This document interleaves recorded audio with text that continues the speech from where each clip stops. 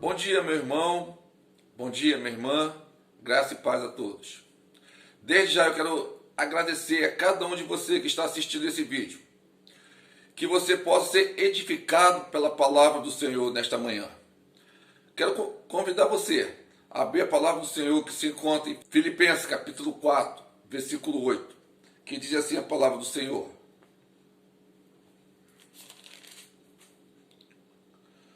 Finalmente, irmãos, tudo que é verdadeiro, tudo que é respeitável, tudo que é justo, tudo que é puro, tudo que é amável, tudo que é de boa fama, se alguma virtude há e se algum louvor existe, seja isso que ocupe o vosso pensamento.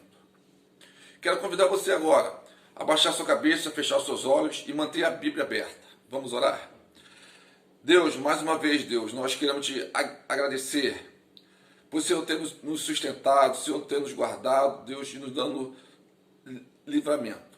Agora, Pai, quero pedir que o Teu Espírito vá em conta a nossa necessidade, nossa mente, nosso coração, e revela, Deus, a Tua palavra para cada irmão, Senhor, que está nesse momento assistindo este vídeo. Nós te louvamos e te agradecemos em nome de Jesus, amém e amém. Mas nós queremos falar nesta manhã e dar estudo nesta manhã, baseado nessa revista, sobre princípio bíblico de ética cristã. A essa altura, é bom fazermos uma distinção entre costume e princípio. Saber a diferença de costume e a diferença de princípio. Quais são essas diferenças? Primeiro, costumes são procedimentos culturais e ocasionais. Os fariseus chegaram a Jesus e lhe disseram, lá em Mateus capítulo 15, versículo 2, por que transgride os teus discípulos a tradição, costume, dos anciões, pois não lavam as mãos quando comem? Lavar as mãos antes de comer é costume de higiene pessoal. Então, quando o texto da palavra do Senhor, aqui em Mateus capítulo 15, versículo 2, quando fala sobre tradição, é costume. Então, era costume dos judeus, era lavar as mãos, né? Isso é higiene pessoal. Agora, princípios são procedimento estabelecido por Deus. São eternos, inalteráveis, inegociáveis. Pedro e João testemunharam diante do Sinédrio que o princípio da salvação está em nosso Senhor Jesus Cristo. Lá em Atos capítulo 4, versículo 12, diz assim, e não há salvação em nenhum outro, porque abaixo do céu não existe nenhum outro nome dado entre os homens, pelo qual importa que sejamos salvos. Isso é um princípio. Isso é inegociável. Na ética, há costumes e há princípios. Como já vimos, os costumes podem variar de acordo com o contexto cultural e profissional, mas os princípios não. Nós vimos aqui em Filipenses capítulo 4, versículo 8, que é o nosso texto que nós vamos trabalhar, vamos estudar. Paulo trata desse assunto de princípios, aqui em Filipenses 4:8, que é o nosso estudo, né?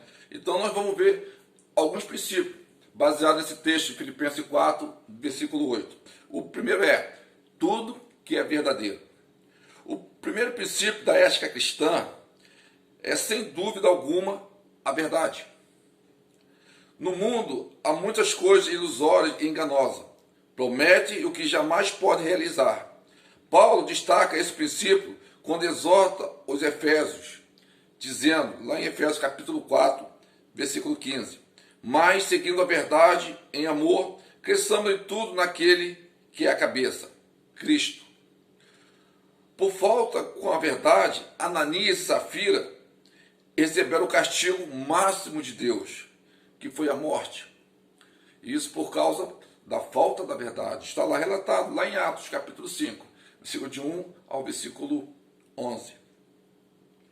Outro princípio que nós encontramos no versículo 8 do capítulo 4 de Filipenses, tudo que é respeitável. A versão de Almeida, antiga, ela usa o termo tudo que é honesto. A Bíblia de Jerusalém usa tudo que é nobre. Então, respeitável, honesto, nobre, se confunde no texto original. Mas quando isso se aplica ao homem, descreve alguém que vive como se todo este mundo fosse templo de Deus. Isto é, a sua vida no mundo é idêntica à sua vida no templo de Deus. No mundo há coisas triviais, baratas, atrativas, superficiais. O cristão deve fixar a mente nas coisas que são profundas, sérias e dignas. Porque nós, cristãos, somos o templo de Deus. Nós temos que agir com a verdade. E outro princípio que Paulo fala aqui nesse versículo, nessa perícope, tudo que é justo. O termo grego de kaios define o homem justo, o que dá a Deus e aos homens o que é devido. Em outras palavras, de kaios é a palavra de dever sumido, realizado. Há quem coloca o pensamento nos prazeres do mundo, esquecendo totalmente dos seus deveres para com Deus e para com a sociedade. Nós temos um compromisso, primeiramente, com Deus. E esse compromisso com Deus, um ato de justiça, se refere aos homens, se refere à sociedade. Então, o profeta Abacuque, ele condena a quebra de princípio de justiça com 5 ais. 5 ais decretados. Diz aqui: ai daquele que acumula o que não é seu. Segundo, ai daquele que ajunta em sua casa bens mal adquiridos. Ai daqueles que edifica a cidade com sangue e a fundamenta com a iniquidade. O 4 é: ai daquele que dá de beber ao seu companheiro, misturando a bebida do seu furor. O quinto e último que Abacuque fala aqui, em Abacuque capítulo 2, versículo de 6 a versículo 20, diz assim: ai daquele que diz à madeira, acorda, e a pedra muda, desperta. Então, amados, nós vamos ver o quarto princípio nessa perícope de Filipenses 4, versículo 8, que vai dizer tudo que é puro. A palavra grega usada para puro descreve o que é moralmente limpo e livre de mancha.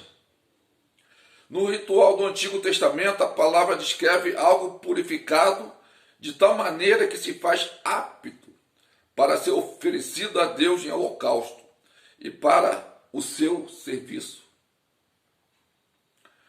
Quando Deus ordenou a Páscoa para o povo hebreu, ele disse: o cordeiro será sem defeito ou sem mancha. O macho de 1 ano está lá em Êxodo, capítulo 12, versículo 5. Por exemplo, quando estabelece em Timóteo, capítulo 3, o perfil do líder espiritual, Paulo começa dizendo: é necessário, portanto, que o bispo seja irrepreensível. Esse é um princípio que não pode ser alterado no que costumamos chamar de a ética do obreiro. Basta ler com atenção o Salmo 24, que diz: quem subirá ao monte do Senhor? O que é limpo de mão e puro coração. Esse é o princípio da pureza. Tudo que é puro. O quinto, Paulo vai falar tudo que é amável. Parece que a melhor tradução seria tudo que é agradável. O termo amável ou agradável sugere tudo que suscita amor. Há crente que vive sofrendo porque alimenta no coração a vingança, não perdoa. Em vez de atrair para si o amor, atrai a amargura e o ressentimento. O escritor da carta aos Hebreus diz, lá em Hebreus capítulo 12, versículo de 14 e 15, ele diz assim: segui a paz com todos e a santificação, sem qual ninguém verá o Senhor, atentando diligentemente porque ninguém seja faltoso, separando-se da graça de Deus, nem haja alguma raiz de amargura, que brotando vos perturbe e por meio dela muitos sejam contaminados. O crente da igreja primitiva era, sem dúvida alguma, agradáveis, louvando a Deus e contando com a simpatia de todo o povo. Em Atos, capítulo 2, versículo 47. E o sexto e o último princípio que nós estamos lendo, em Filipenses capítulo 4, versículo 8, tudo que é de boa fama. Ele diz assim, também pode ser tudo o que é de boa reputação. Podemos clarear esse princípio com as palavras de que Paulo, em 1 Timóteo, capítulo 3, versículo 7, ele diz, é necessário que ele tenha bom testemunho dos de fora, a fim de não cair no opróbrio e no laço do diabo. Abraão era respeitado entre os povos pagãos por causa da sua postura como amigo de Deus. O cristão, nos lábios do próprio Cristo, ele diz que é a luz do mundo e o sol da terra.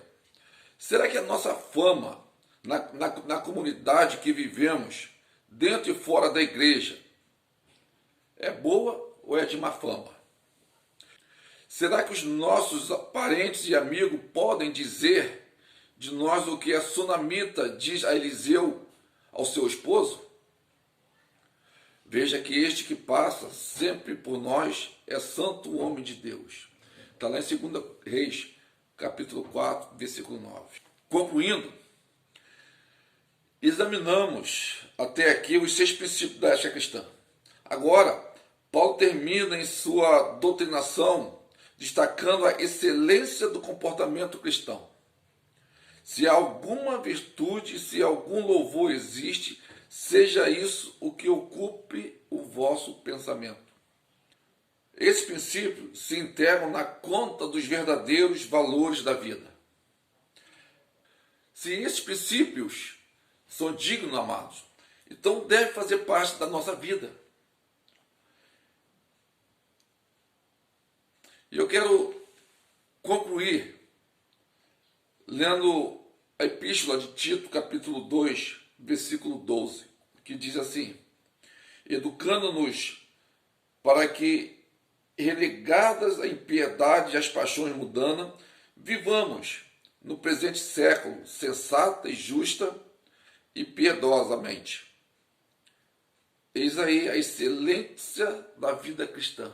Está relatado aqui, né? Em Tito, capítulo 2, 12. Uma vida sensata, uma vida justa e uma vida piedosa. Então, amados, para pensar, para refletir nesta manhã, costume e princípios. Quais os meus valores? Dentro e fora da igreja. Tudo é a mesma coisa? Estou vivendo a vida cristã de modo excelente? Que nós possamos refletir e viver uma vida digna diante do Senhor, dando testemunho a cada pessoa que Deus nos colocar em nossa vida. Deus abençoe a todos nesta manhã.